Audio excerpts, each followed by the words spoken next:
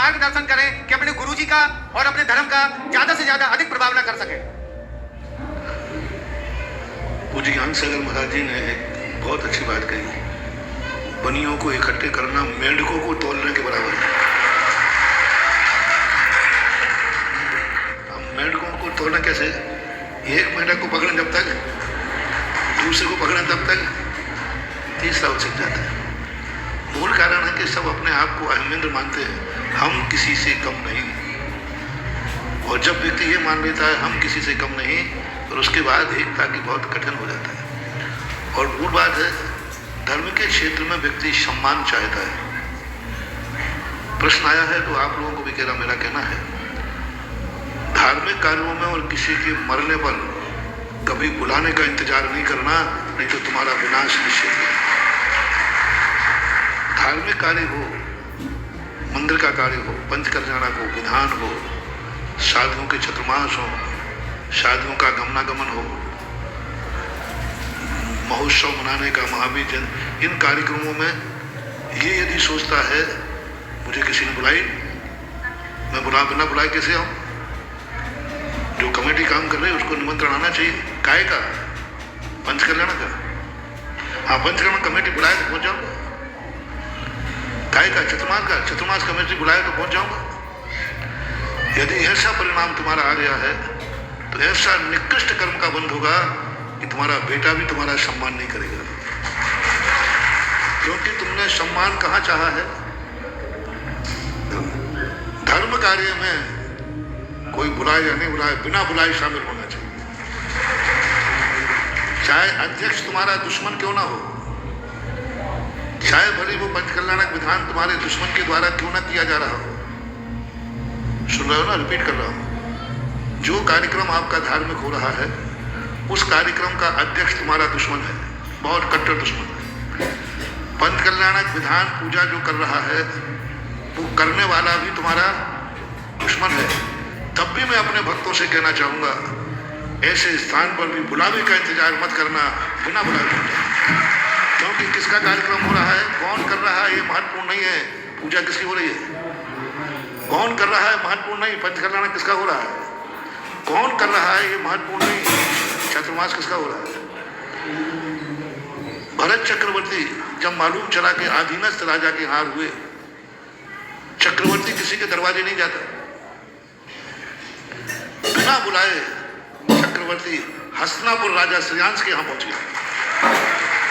राजा श्रेयांश घबरा गया कि बोले राजन आप चक्रवर्ती होकर मेरे दरवाजे? बोले नहीं, इस समय मैं चक्रवर्ती नहीं हूं, इस समय तू पुण्यात्मा है, मैं पुण्यहीन हूं तुम्हारे यहाँ। तो वहां ये कहा गया कि देखो इतना बड़ा चक्रवर्ती होकर के भी जिसके यहाँ धर्म का कार्य हुआ, अपने आधीनस्थ राजा के यहाँ पहुंच गया। छोटे बड़े का कोई ज्ञान? सुतवल के यहाँ भी किसी के महाराज का हार हो रहा है, मैं तो नहीं जाऊंगा उस घर में हार हुआ, मैं तो उस घर में कदम नहीं रखूंगा, गलती मत करना वहां।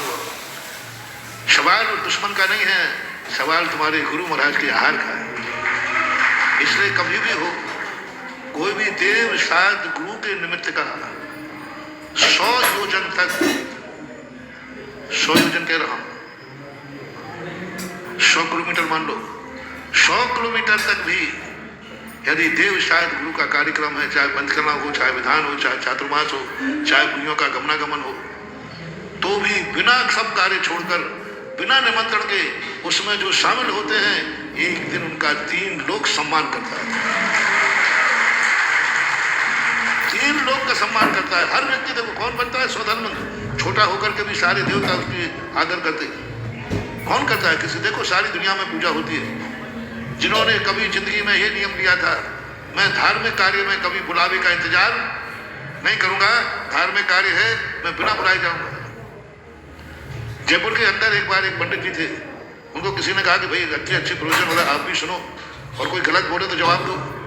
तो उन्होंने कहा कि महाराज कोई हमें बुलाने तो आ जाए, कोई हमें एक व्यक्ति बुलाने तो आ जाए तो मैं चला जाऊं। कमेटी वाले आए, बोले महाराज जी बहुत बड़े प्रकांड विद्वान है, एकांतवादी थे, महाराज जी हम बुलाने जा रहे हैं हम लोग। मैंने कहा भूल के मत चले जाना, भूल के मत चले जाना। यदि बुलाने से जो पंडित आवे, बुलाने से जो व्यक्ति आवे, ऐसे व्यक्तियों से हमारी सभा को अपवित्र मत करो। और मैं उसका हित नहीं करना चाहता हूं। यदि बुलाने के बाद वो आए तो नियम से वो नीच गोत्र में जन्म लेगा, तो भली कैसा भी हो, मैं तो नहीं चाहूंगा। ये धार्मिक कार्य में कभी भी वो सारे दुनिया के लोगों के लिए बहुत बड़ा मोटिवेशन दे रहा हूं। धार्मिक कार्यों में कोई मान नहीं, कोई सम्मान नहीं। बेइज्जती भी हो गए तो भी तुम्हारे लिए धार्मिक कार्य नहीं छोड़ना। और तुम लोग क्या कहते हो? अरे तुम तो इतने निम्न गिर गए हो कि कमेटियों तो सम्मान सोचो, कुछ तो इतने अहंकारी हैं, महाराज बुलाएंगे तो आ जाऊंगा। हाँ, महाराज बुलाएंगे तो आ जाएंगे। जिस दिन तुझे बर्बाद करना होगा उस दिन बुला लूंगा, मैं बुला लूंगा। उसी को बुलाऊंगा जिसका मुझे विनाश करना होगा। जिस दिन भाव आ जाए कि इसका नाश करना है, विनाश करना है, उस दिन जरूर मैं कहूंगा कि जाओ उससे कहो महाराज जी बुला रहे हैं। और जब तक मेरे मन में दया भाव है कि संसार में किसी का विनाश ना हो, तो मैं अपने किसी भी व्यक्ति को कभी बुलाऊंगा नहीं, क्योंकि मेरे बुलाने पर आया तो उसका नाश निश्चित है। मेरे बुलाने पर आया तो उसका नाश निश्चित है। बाप के बुलाने पर बेटा आया तो उसका अनाथ होना निश्चित है। धर्म कार्य में बुलाने पर आया उसका विनाश निश्चित है। इसलिए, और दूसरा पॉइंट है, मरण कार्य में कभी बुलावे का इंतजार मत करना। किसी के यहाँ कोई मर गया हो ना, तो ये मत सोच के अर्थी में किसी ने हमें बुलाया ही नहीं। नीति है मरण कार्य सुनते ही बिना बुलाए अर्थी में शामिल हो जाओ, यही आर्यों की परंपरा है। तो दो कार्यों में, किस कार्य में? धर्म और मौत में, दुख में कभी मान सम्मान की बात मत सोचना। वहां तो अपमान भी हो तो भी सम्मान मान करके ग्रहण करना, क्योंकि ये धर्म का कार्य है। ये ध्यान सुधामय पावन पर संयोग में, हाँ, जहाँ